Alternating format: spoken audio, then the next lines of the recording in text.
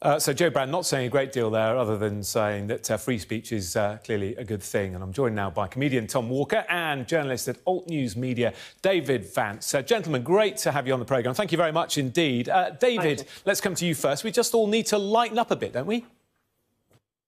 Well, that would be true if it wasn't for the case that for the last several years we've been bombarded by the media and politicians insisting that we've got to watch our language. You know, we mustn't use hate speech. We mustn't use violent language. And then up pops Joe Brand in the BBC suggesting it might be a hoot if someone got some battery acid in their face. That's okay, is it? No, it's not. It's a patent double standard. And that's really, Jonathan, my beef with this. I believe in free speech. I believe comedians should be allowed to say what they want.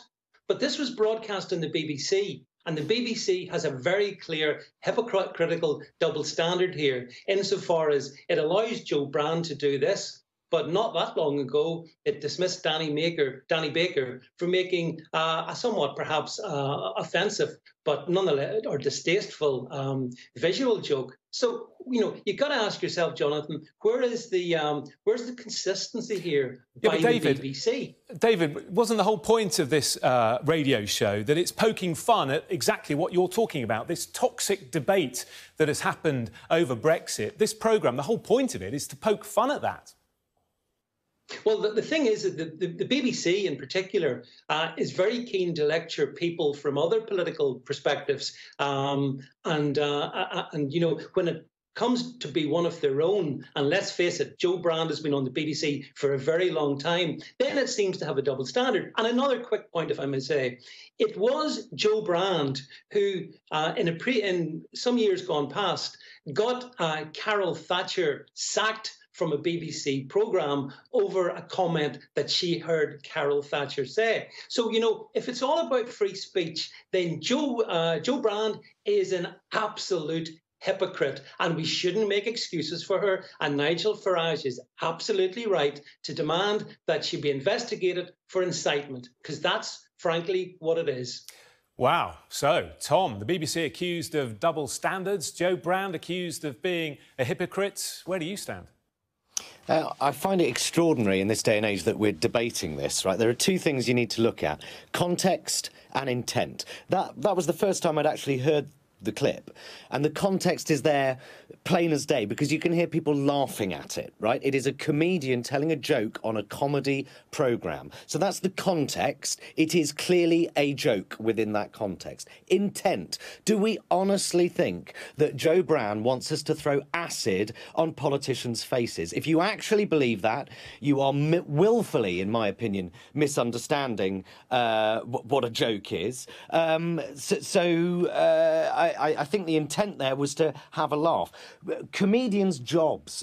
George Carlin, comedian, once said that it's a comedian's job to find where the line that you shouldn't cross is and then gently step over it. I think we're heading into this rather puritanical age where most comedians these days feel that they have to stay a couple of metres behind that line. Comedy is about hyperbole, irony, shock sometimes. But I think this is a dangerous precedent when the Prime Minister is getting involved, having a pop at the BBC for telling jokes on a comedy programme. I find it absolutely bizarre. It wasn't clearly an incitement of hatred. I wonder whether Nigel Farage is kind of trolling us a little bit and having a pop really at the snowflake left, because it's normally quite often the left that are going, you know, we need to watch ourselves with our language more so than the right. But I'm a big believer in free speech generally, but certainly within this particular context, it was clearly a joke. If you didn't like it, switch off and don't watch Joe Brand again. Simple as that. Jonathan,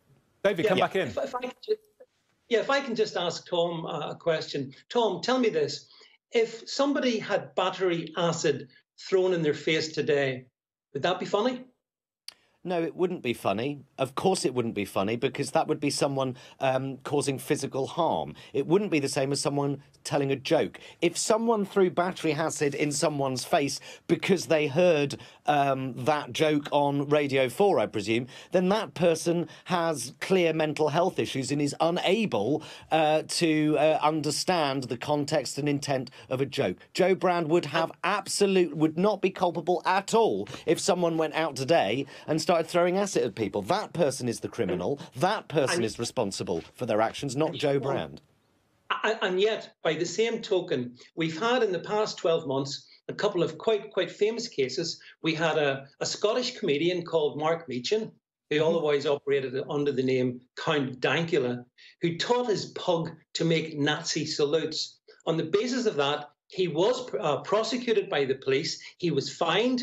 Yep. The media weighed heavily against him. I know. We've had a if I could just finish, we've had a UKIP candidate in the form of Carl Benjamin trolled mercilessly by the media over a joke that he made 3 years ago. So, I mean, again, where's the consistency? Okay for Joe Brand, not okay for Carl Benjamin, not okay for Mark Meechan. David. Well, I would say this, if I may, that I've defended Marcus Meechan quite publicly before. He was prosecuted for what is clearly a joke, and the judge in that particular case that said that context and intent wasn't relevant. I don't agree with those two people's politics in any way, shape or form, and I do think with the Carl Benjamin case, he was running for office, and therefore you should hold yourself to a higher standard than a comedian is. Yes, there is hypocrisy and double standards, but I do think in this case, as in with most of these cases, I'm sorry, it was a joke. And if you were offended, and just because you're offended doesn't mean you're right. If you're genuinely offended about it, like I say, switch off. Most people that listen to it were an adult. David, if we stop comedians pushing the boundaries, if we stop them doing that, then what next? What sort of society do we become? Well, we become a humourless, drab society, Jonathan. And in that regard, I would agree with Tom. My beef in this one, if you like, it is in particular regard with the BBC. The BBC that doesn't think it's appropriate, for example, to play reruns of It Ain't Half Hot Mum from the 1980s. No, that's not suitable for the BBC. But gags about acid attacks in the face, that's rip-roaringly hilarious. And Tom mentioned the fact that the audience howled with laughter. Again, my critique is not just with Joe Brand, it's with the BBC and, in fact, those who constitute BBC audiences. I'm all for edgy humour, Tom. The edgier, the better, in my view. But I'm also against two-faced hypocrisy, and it's two-faced hypocrisy that we see manifest with the BBC over this particular situation. But David, It Ain't Half Hot Mum was blatantly racist, wasn't it? And there was no apology for that. It was racist, simple as that. When Jo Brand made her comment, she followed it up by saying, "I'm not going to do it. It's purely a fantasy, but milkshakes are pathetic. I'm sorry." She was making it very clear to the audience that what she was saying was a joke. What's pathetic, Tom, is you choosing to pass judgment on something that millions of people during the 1980s found extremely hilarious. And I'm sure the laughter was even greater than Joe Brand's acid-in-your-face joke. So I do think there is, if I may... Jump in, Tom, jump in. I think attitudes do change, and sometimes they change too quickly for everyone to keep up. And what was acceptable 10, 20 years ago is different to what was acceptable today. And things are changing, and some call it progress, some don't. But yes, I mean, it would be difficult to get away with showing Ain't Half Hot Mum without quite a few trigger warnings all over it. But I think, humour, things like that evolve. Sorry, go on. But there actually lies maybe an area of commonality we have. I don't know. We've become a weak society because people are being actually trained to trigger and to go and hide because they're exposed to something they don't like. Don't get me wrong, Jo Brand, she can make as many jokes as she wants on whatever topics that she wants. That's absolutely fine by me. But the BBC, Tom, has a direct responsibility, not least in the fact that it takes 3.8 billion a year of our taxes to fund the humour of Jo Brand and others. So the BBC, Tom, is a particular case, and I think you should accept that. I know you want to jump back in, Tom, but we are out of time. We really appreciate your contribution, though. David